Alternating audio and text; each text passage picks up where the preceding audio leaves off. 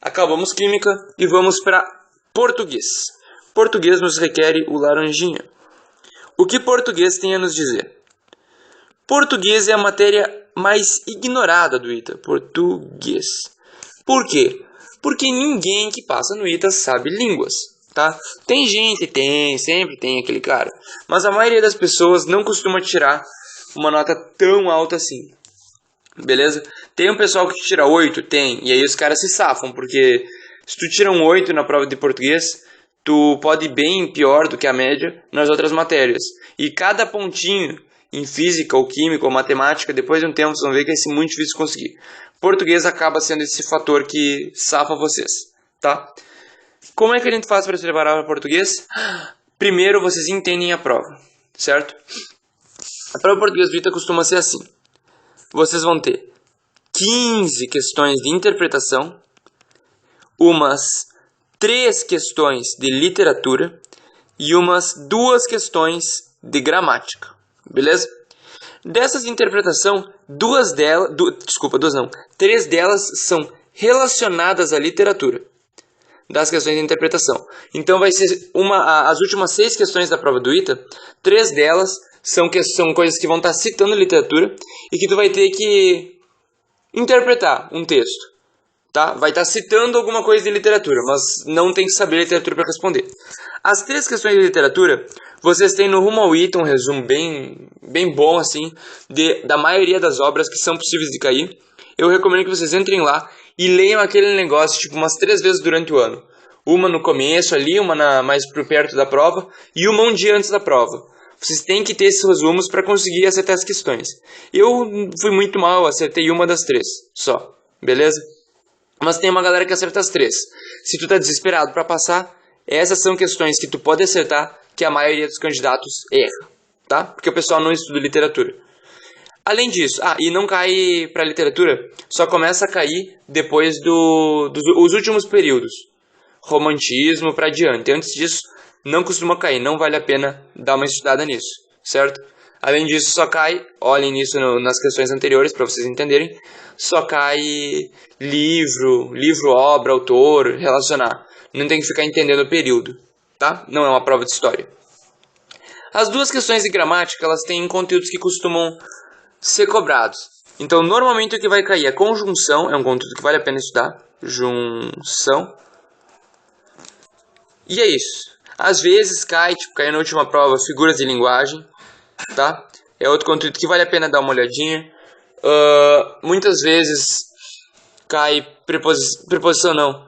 Tem alguns conteúdos assim, se vocês olharem nas provas anteriores de gramática, vocês vão ver que tem tipo 1 ou 2 questões que estão ali, sempre estão ali, tá?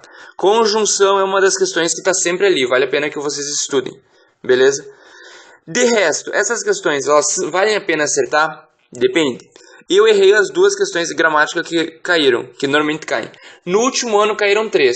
Usualmente são 2, no último ano caíram 3. Eu errei as 3, para ser mais específico. Por quê? Porque eu não estudei gramática, entendeu?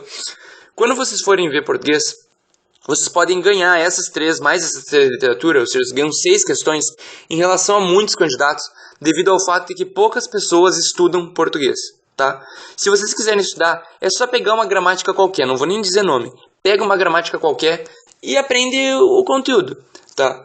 Vai vendo. Não é uma prova viajada, não é uma prova muito difícil. Às vezes cai questões bem possíveis, mas não costumam cair questões difíceis na prova de gramática. O que vocês têm que fazer? Só ler esses conteúdos que mais caem, todas as questões de gramática que já caíram. Vocês pegam pegam uma gramática e leem. Era isso. Caiu essa questão nesse conteúdo. Vou pegar e vou estudar todo aquele capítulo. Beleza? Eu acho que isso é bem mais do que suficiente.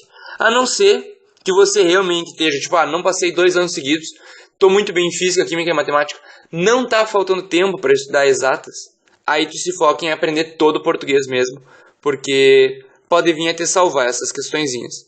É um pequeno diferencial, tá? E aí nós temos a temida redação. Outra coisa, né? A prova de português não é uma prova corrida. Não se preocupe em ganhar velocidade em português, certo? O que é a prova de redação do ITA? É uma prova na qual tu tem que saber que tu vai tirar entre 4 e 6. Beleza? Tu tem que saber isso. Tu vai tirar uma nota entre isso. Deixa eu ver se eu já não tinha falado isso no vídeo anterior. Caio Guimarães, matemática. Desculpem pela minha ignorância, mas eu não estava lembrando disso, tá? Eu falei antes, vocês têm que tentar manter essa média de redação, então, entre 4 e 6. Como a correção não vai ser tão boa da prova, vocês vão ter que... Vocês não precisam se focar tanto, a não ser que realmente vocês... eu quero passar, o meu foco da vida é passar no ITA. Então vocês devem sim pegar e fazer uma redação por semana. Tem gente que faz 2 redações por semana. Eu fazia uma redação por mês, tá? Mas isso porque eu não sou muito bom em português. Aí fica a seu critério. Tu acha que tu não tá tão bem exatos? Dá uma estudada, faz algumas redações aí. Vê os temas anteriores e fica refazendo todos eles, beleza? São 30 linhas em torno disso que eu tenho que tentar escrever. Redação normal, tá? E uma coisa que me falaram que eu aprendi. Não tem que solucionar o problema, tá? No fim da redação. É só pro Enem que tu tem que solucionar. Pra prova do ITA não é necessário. Tu fala o problema e tá feliz com isso. Deixa que as outras pessoas resolvam. Certo? E nós chegamos a tão temida, a tão amada e temida física. O que é a prova de física do ITA? É a prova mais difícil que tem no sentido de conteúdo cobrado. E instabilidade. Essa é uma das características da prova do ITA. Instabilidade. A banca que faz a prova mudou nos últimos 2 anos. Então o pessoal não sabe mais o que vai cair. Antes caía muito mecânica. Agora não cai mais tanto mecânica. Tá? Cai, óbvio. Mas começou a cair muito eletromag, eletricidade e magnetismo. Muito eletromag. Às vezes, tipo no ano 2013, 2014, desculpa, caiu muita relatividade. E com relatividade o pessoal não tinha se preparado tanto, não costumava cair uma prova tão difícil disso. Então o que está sendo para se estudar física atualmente para a prova do ITA? Primeiro eu vou falar para vocês como que são os livros que tem que estudar.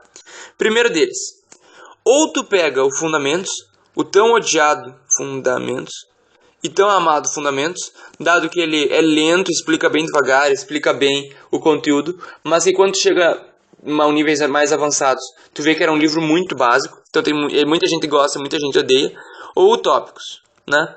O pessoal do ITA costuma pegar o Tópicos, preferivelmente, devido ao fato de, nessa prova, para Tópicos, você ter mais questões mais difíceis. As questões do fundamento são muito fáceis. As do Tópicos costumam ser mais avançadas. Então tem uma preparação um pouquinho maior, tá? Esses livros são os livros básicos, e depois disso o pessoal começa a viajar um pouco mais. Vocês têm que fazer Renato Brito, tá? Os livros do Renato Brito, ele tem 2 atualmente, tá dizendo que vai escrever o terceiro faz uns 10 anos, mas nunca escreve. O primeiro, e os 3 deles são de mecânica. O primeiro deles, então, vai cobrir bastante cinemática, questões básicas ali que eu tô fazendo, a gente já tá fazendo vídeo aqui no Virando Olímpico. E o segundo livro vai falar sobre trabalho, energia, colisões, em geral. Beleza? Esses livros do Renato Brito cobram bem a base. Assim, depois que tu estuda esses livros, tem que ter o conhecimento básico, claro, depois que tu estuda eles, tu não tem mais por que se preocupar com mecânica. Acabou, entendeu? Ele vai te dar toda a base necessária. Só que ainda vai faltar os conteúdos que são mais difíceis de fato. Ondulatória, termodinâmica. Como é que tu faz para aprender esses livros? Depois que tu ter pego a base do conteúdo, tu tem que começar a se aprofundar. Muita galera vai pro Halliday, tá? Só que não é um livro tão bom. No sentido de... não é tão parecido com a prova do ITA, o Halliday. Outras pessoas vão dos livros universitários, assim, em geral, vão pro Tipler, que também não é tão bom. Eu achei melhor que o Halliday, mas não é tão bom. E uma galera vai pro Moisés. Só que ele é muito avançado em cálculo, tá? O Halliday é um livro tipo Moisés, só que ele não tem cálculo. Beleza? Halliday é quase sem cálculo. Já o Moisés vai usar tudo usando cálculo. E aí o pessoal que costuma não estudar essa matéria não entende o que está sendo falado no livro. As questões dele são muito interessantes, são bem ITA, assim. Mas infelizmente tem cálculo. Se tu sabe bastante cálculo, eu recomendo fazer. Caso contrário, deixa ele de lado, tá? Mas aí o que tu faz, então, para conseguir aprender o conteúdo caso você não esteja sabendo cálculo? Primeiro, tu pode assistir o nosso tutorial aqui no Virando Olímpico, que vai explicar todo o conteúdo. E aí tu pode dar uma olhada no Moisés. Ou tu pode ficar mais pela terra mesmo. Tem uma galera que costuma fazer, por exemplo, Saraiva, tá? É um livro bem mais avançadinho e que tem questões, algumas questões são bem parecidas com a do nível ITA, mas tem que saber filtrar, porque tem muita questão que não tem nada a ver com o ITA, tá? Tem muita questão que é bem viajante, que é conteúdo que não cai na prova do ITA. Tu tem que conseguir filtrar quando for estudar esse livro de resolução de questões, certo? Quando tu for pegar ondulatória, termodinâmica, assim, é interessante fazer bastante listas de exercício do rumo ao ITA. As listas do rumo ao ITA são boas nesse sentido, tem bastante material, dá para te aprender bastante coisa. Infelizmente não é tão completo, falta bastante conteúdo, mas é um outro lugar de acesso à informação. Além de listas, o que mais que você pode fazer? Olha, tem muito livro que tu pode ir pegando, tentando ler, mas tu nunca vai chegar a um nível tão completo. Tu nunca vai, infelizmente, estar preparado assim, chegou na prova do ITA, eu sei, eu estou pronto para fazer. Outra coisa que você tem que procurar para tentar acabar um pouco a escassez, então, de livros, são aquilo que a gente chama de aulas na internet, ou seja, videoaulas. Vocês têm várias videoaulas de eletromag, eletricidade do MIT para vocês assistirem, que são aulas bem legais. Podem pegar muito material na internet, enfim, tem uma infinidade de coisas que dá para vocês tentarem aprender, certo? Mas no todo vocês vão continuar, ainda assim, não estando tão bem preparados para a prova de física.